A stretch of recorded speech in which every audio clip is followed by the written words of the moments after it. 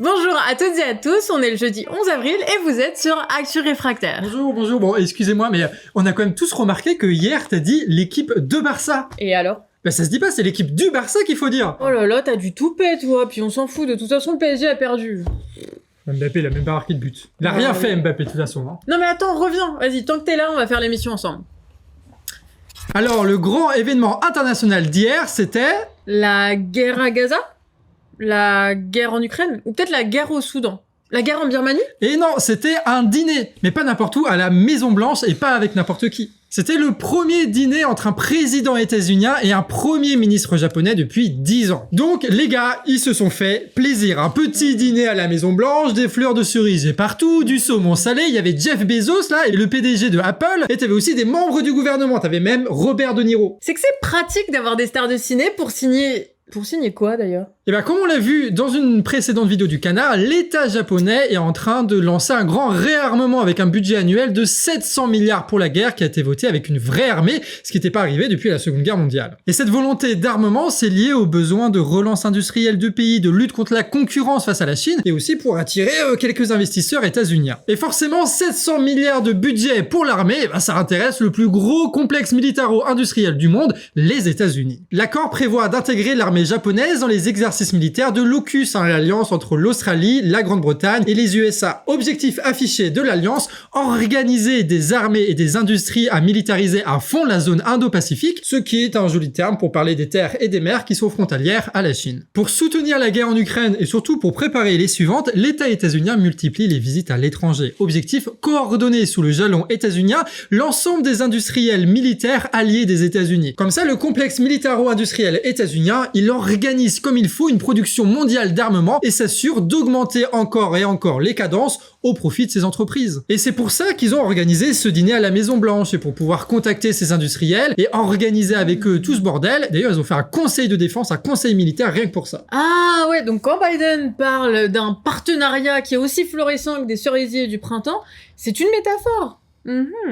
En fait, ils sont en train de former une espèce de gros cartel international de l'armement pour la guerre, quoi. D'ailleurs, dans la même soirée, le Premier ministre a déclaré que l'Ukraine d'aujourd'hui pourrait être l'Asie de l'Est de demain, sous-entendu qu'un conflit majeur entre la Chine et les alliés des États-Unis dans la région, donc Taïwan, le Japon et la Corée du Sud, était possible. Ça va pas bien finir, cette histoire. Petit cadeau, tu as même Biden qui a promis qu'il enverrait un Japonais sur la Lune lors de la prochaine opération spatiale. Comme quoi, la conquête de la Lune, c'est aussi politique. Putain, mais qui l'eût cru, quoi?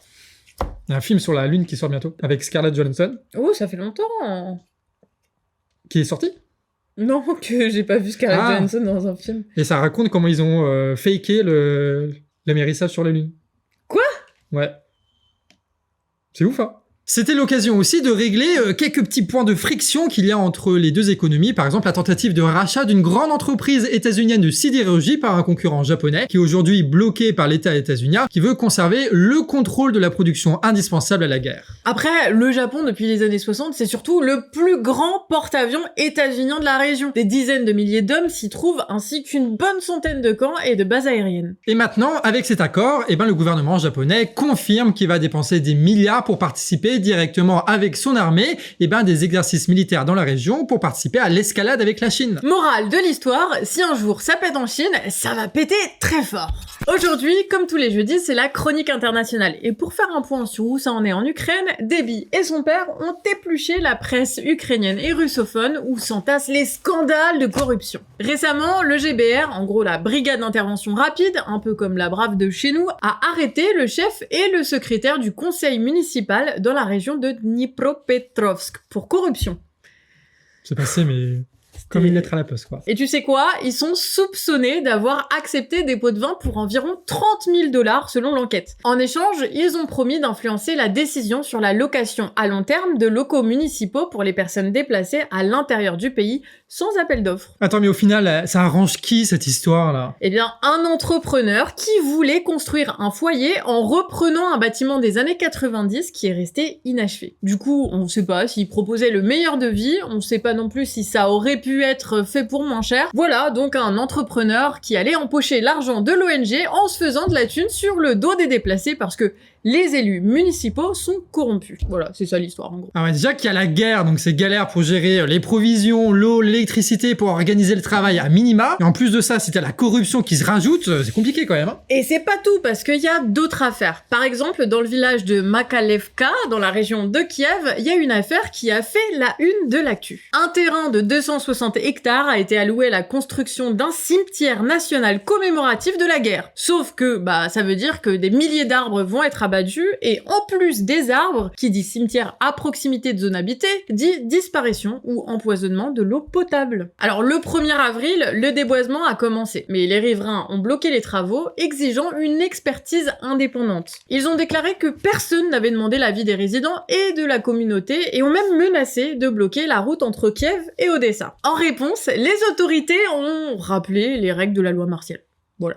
Laissez-nous vous lire les déclarations de manifestants que Deb nous a traduits. Une manifestante qui s'appelle Irina Vassilenko a dit « Nous ne voulons pas qu'il y ait un cimetière ici où les gens seront enterrés dans l'eau. Les eaux sont très hautes ici. Entrer dans n'importe quelle maison, l'eau arrive jusqu'aux genoux dans les caves. Comment pouvons-nous enterrer des gens ici? Si nous coupons la parcelle, la forêt va disparaître. » Une autre habitante, Nadekta Kovalenko, explique que les pins protègent les maisons des ouragans. Je cite « Si vous les enlevez, les maisons commenceront à s'écrouler. Si la zone est drainée, l'eau des résidents disparaîtra. Et si ce n'est pas le cas, le poison des cadavres s'infiltrera dans la nappe phréatique. » Et en plus, qui est encore là ? La corruption!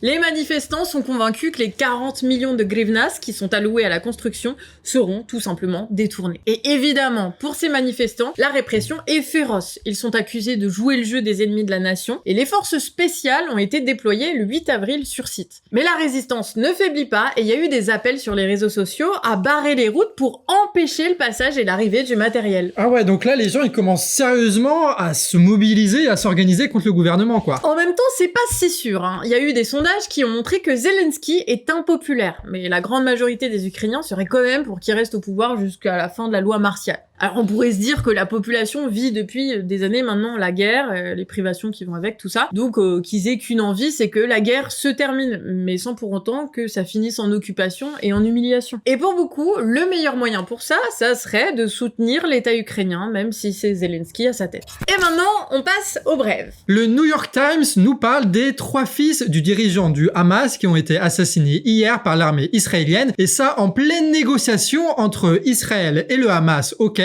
en vue d'une trêve. Ce qui montre le double jeu de l'État israélien qui prépare son dernier assaut vers l'enclave de Rafah et la conquête totale de la bande de Gaza. L'ONU lance une nouvelle alerte, cette fois-ci pour la Birmanie. Le pays subit une guerre civile qui alimente une forte inflation et plonge de nombreuses personnes dans la famine. L'ONU a interrogé 12 600 personnes pour établir son bilan. La guerre est financée par le trafic d'opium dont la Birmanie est devenue le premier producteur mondial. Et pour finir, l'association britannique Earthsight vient de montrer que le coton utilisé par Zara et H&M proviennent de la déforestation amazonienne, en partie illégale au Brésil. Ce coton issu de la déforestation est ensuite envoyé en Asie pour être fabriqué et vendu en Europe. Bon au final c'était sympa, j'ai bien fait de dire 2 Barça. Je pense que ça a surtout porté malheur. Hein. Ah bon? 3-2 Oh, non mais on gagnait 2-1 là. Tout le monde s'en fout, Yann. Les gens ils ont senti vraiment une trahison qu'on soutenait le PSG. J'ai répondu, en même temps, un guingampais en Bretagne, c'est un guingampais, mais un guingampais en France, non c'est pas ça. En Bretagne j'étais guingampais, en France j'étais breton, et face au Barça j'étais français. Oh, ok, bon. C'est la base du chauvinisme, quoi. Voilà, c'est là-dessus qu'on termine cet épisode. Merci à tous pour votre soutien à notre média, et dites-nous par commentaire si vous aimez la présentation à 2. Et si vous voulez participer au financement de ce média indépendant, n'hésitez pas, les liens sont en description. On a encore 2 mois pour finir notre financement annuel, pour pouvoir vous proposer pendant encore 1 an, toutes ces vidéos sur Actu Réfractaire et Canard Réfractaire. Et sur ce, des bisous et à demain. Ciao!